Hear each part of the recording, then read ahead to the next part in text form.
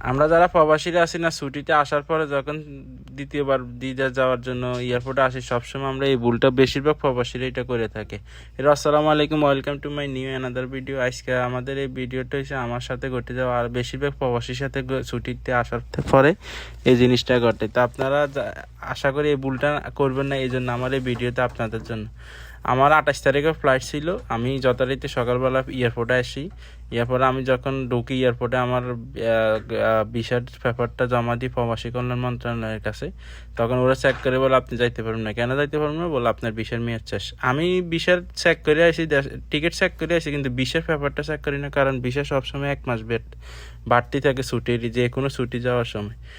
এই জন্য আমি চেক করি। এরপর আমি দেখি আমার 24 তারিখে ভিসার মেয়াদ শেষ, 28 তারিখে আমার ফ্লাইট ছিল। এই জন্য আমি আর ওই এটা চেক না করার কারণে ওর বলতেছে আপনার কফিলটা ফোন করেন, ওইখান যদি বাড়াই দেয় আপনি যাইতে পারবেন, না হলে আপনি যাইতে পারবেন না।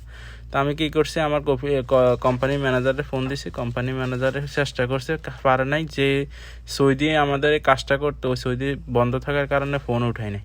তারপরে আমি কি করবো, এই কারণে ঘরে আমার ম্যানেজার কইতেছে ঠিক আছে তুই চলে যা, পরের দিন আমরা ঠিক করে দেবো। যথারীতির পরের দিন সকালবেলা হয় নাই, সন্ধ্যাবেলা আমার ঠিক করে আমার সব কিছু পাঠানোর পরে পরের দিন সকালবেলা আমি এই বিমান অফিসে গেছি, কারণ আমার ওই টিকিটটা আমি হোল্ড করে আসছি। ওরা বলছে হোল্ড করলে আপনি পরে যাইতে পারবেন। আমি মনে করছিলাম আমার কোনো টাকা লাগবে না, কিন্তু আমি যখন বিমান অফিসে যাই তখন আমি তো পুরো অবাক হয়ে গেছি, কারণ বলতেছে এটা কাম হইবে না, আপনার টাকা দিতে হইবে।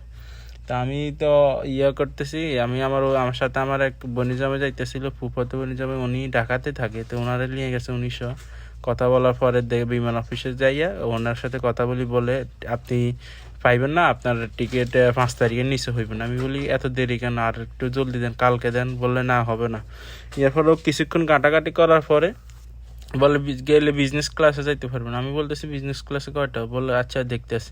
কিছুক্ষণ কাটাকাটি পরে বলে ইকোনমি ক্লাসে আপনি পাইবেন, কিন্তু আজকে যাইতে হইব। তো আমি 12টার সময় গেছিলাম বিমান অফিসে, কারণ আবার 12টার ভিতরে ঢুকতে হইব।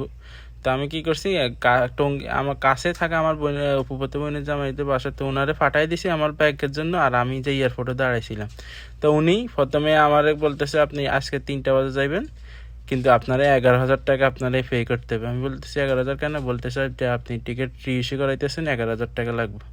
এরপর 11,000 টাকা রিইস্যু করে যথারীতি আমি আমার টিকিটটা কইরা এরপর আল্লাহর রহমতে আমি 3টা বাজে ফ্লাইটে আমি সৌদি আরব আসছি। আশা করি আপনারা সবাই এইটা খেয়াল রাখবেন, যে এই প্রবাসীরা বিদেশে ছুটিতে যাওয়ার পরে অবশ্যই আপনি ভিসা পেপারটা এবং টিকিটটা চেক করে এরপর আপনি এয়ারপোর্টে আসবেন। ধন্যবাদ সবাইকে ভিডিওটা দেখার জন্য।